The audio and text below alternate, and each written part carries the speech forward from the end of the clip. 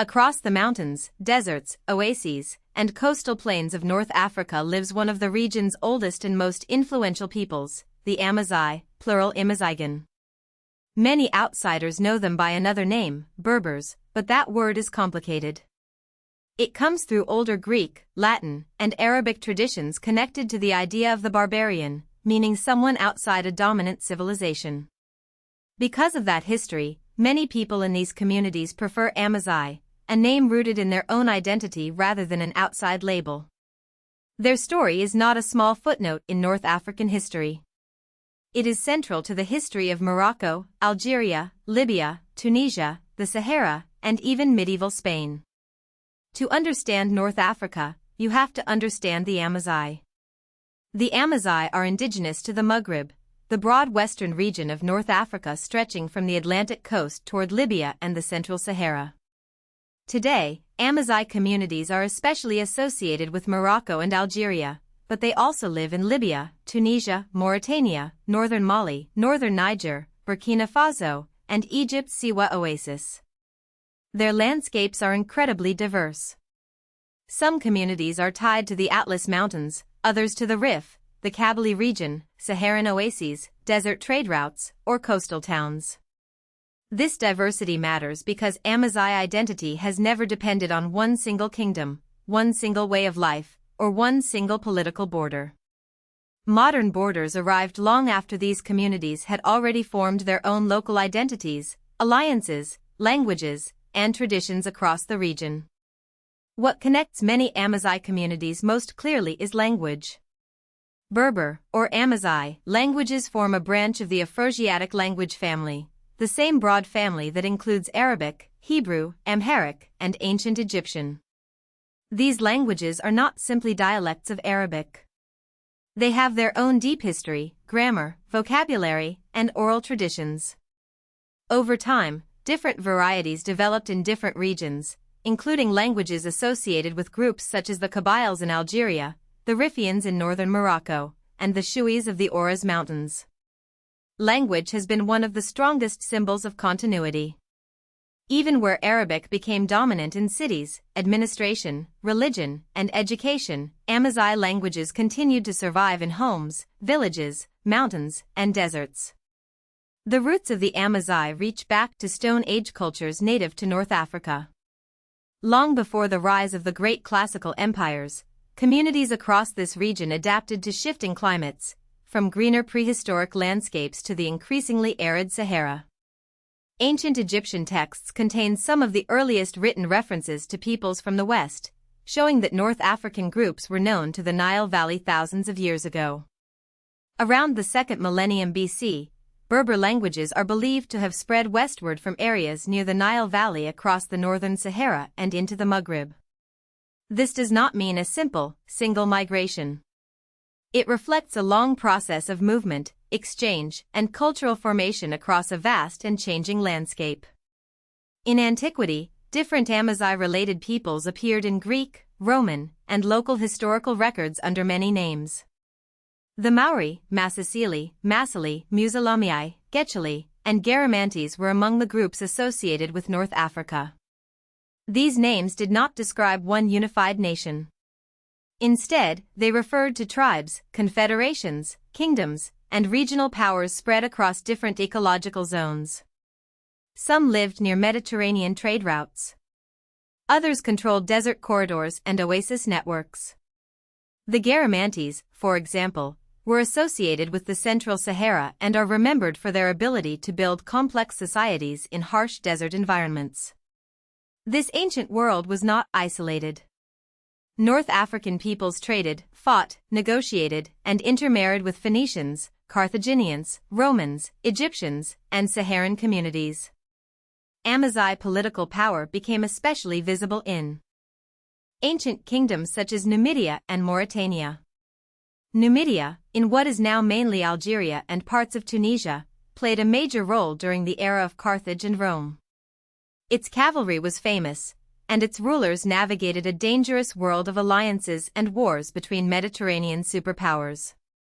Mauritania, farther west, also became an important kingdom before eventually being drawn into the Roman imperial system. These kingdoms show that Amazigh history was not simply tribal or local. North African rulers built states, commanded armies, minted coins, controlled trade, and participated in the diplomacy of the ancient Mediterranean. Their history was intertwined with Rome, but it was never reducible to Rome. By late antiquity, as Roman power weakened in parts of North Africa, other regional kingdoms and centers emerged, including Altava, Oraz, Warsenes, and Hodna. This period is often less familiar than the Age of Rome or the later Islamic empires, but it is crucial. It shows continuity between the ancient Amazigh world and the medieval one. Local rulers adapted to changing religious, military, and economic realities. Christianity had spread in many parts of North Africa, while older local practices persisted in some areas. The region was politically fragmented, but not empty or passive. When new forces arrived from the east in the 7th century, they encountered societies with long histories, local elites, fortified areas, and strong regional identities. The Arab conquests of the 7th and 8th centuries transformed North Africa. Armies from the expanding Islamic world entered the Maghreb, and over time the region became tied to Arabic language, Islamic scholarship, and wider Muslim political networks. This began a long process often called Arabization. It included the spread of Arabic in administration, religion, trade, and eventually everyday life for many communities. It also included the conversion of most Amazigh communities to Islam. But this change was gradual and uneven. It did not erase Amazigh identity. Some groups resisted, some allied with the new powers, and many adopted Islam while preserving their languages, local customs, and political autonomy. North Africa became Islamic, but it did not stop being Amazigh. Arabization accelerated over centuries, especially with Arab migrations into the Maghreb between the 7th and 17th centuries. These movements changed settlement patterns, language use, and cultural prestige. Arabic became deeply rooted across North Africa, particularly in cities and plains. Yet Amazigh communities remained politically powerful. In fact, some of the most important Islamic dynasties in North African and Iberian history were Amazigh. This is one of the great misunderstandings about the region. The arrival of Arabic and Islam did not mean that political leadership became exclusively Arab. Amazigh tribes and confederations continued to organize armies, establish capitals, collect taxes, sponsor religious movements, and build empires. Their role shifted, but it did not disappear. From the 11th to the 16th centuries, Amazigh dynasties shaped much of the Western Islamic world. The Zirids and Hamidids ruled in parts of North Africa. Zenata groups formed important principalities in the Western Maghreb. Across the Strait of Gibraltar, Amazigh-linked rulers also influenced Al-Andalus, Muslim Iberia, including several Taifa kingdoms. The Almoravids, rising from Saharan and Moroccan Amazigh foundations, built a vast empire that linked the Western Sahara, Morocco, Algeria, and Spain. After them came the Almohads, another powerful Amazigh-led movement, which created one of the largest empires the Maghreb had ever seen. These empires were religious, military, and commercial powers. They connected gold routes, desert trade, Mediterranean cities, and Andalusian culture. After the Almoravids and Almohads, successor dynasties continued Amazigh political influence. The Marinids in Morocco, the Zionids in Tlemcen, and the Hafsids in Afriqiya, roughly modern Tunisia and nearby regions, ruled into the early modern period. Their courts used Arabic as a language of religion, law, and high culture, but their political roots were tied to Amazigh tribal worlds. By the 16th century, however, the age of major Amazigh dynasties faded. New powers, including Ottoman influence in parts of North Africa and Arab Sharifian dynasties in Morocco claiming descent from the Prophet Muhammad, reshaped the political order. Amazigh communities remained present and influential, but they were no longer usually represented by large ruling dynasties of their own.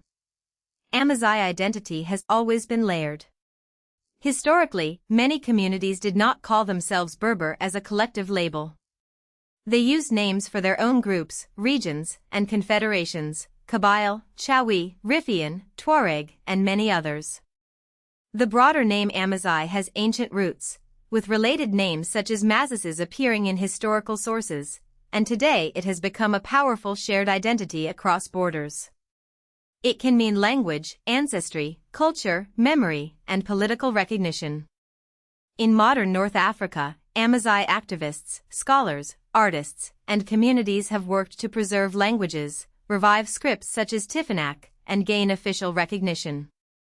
Their story is not just ancient history. It is a living question of identity in the present. So who are the Amazigh? They are not a vanished people, and they are not a single simple category. They are the indigenous peoples of North Africa, connected by related languages and long histories across mountains, deserts, oases, and cities. They built ancient kingdoms, negotiated with Rome, adapted to Islam, led medieval empires, and survived centuries of linguistic and cultural change. The name Berber remains common in many languages, but Amazigh better reflects how many people understand themselves today. Their history reminds us that North Africa has never been culturally one-dimensional. Beneath every map of empires and conquests is a deeper continuity, the enduring presence of the Amazigh. If you found this helpful, please like this video and subscribe for more explainers.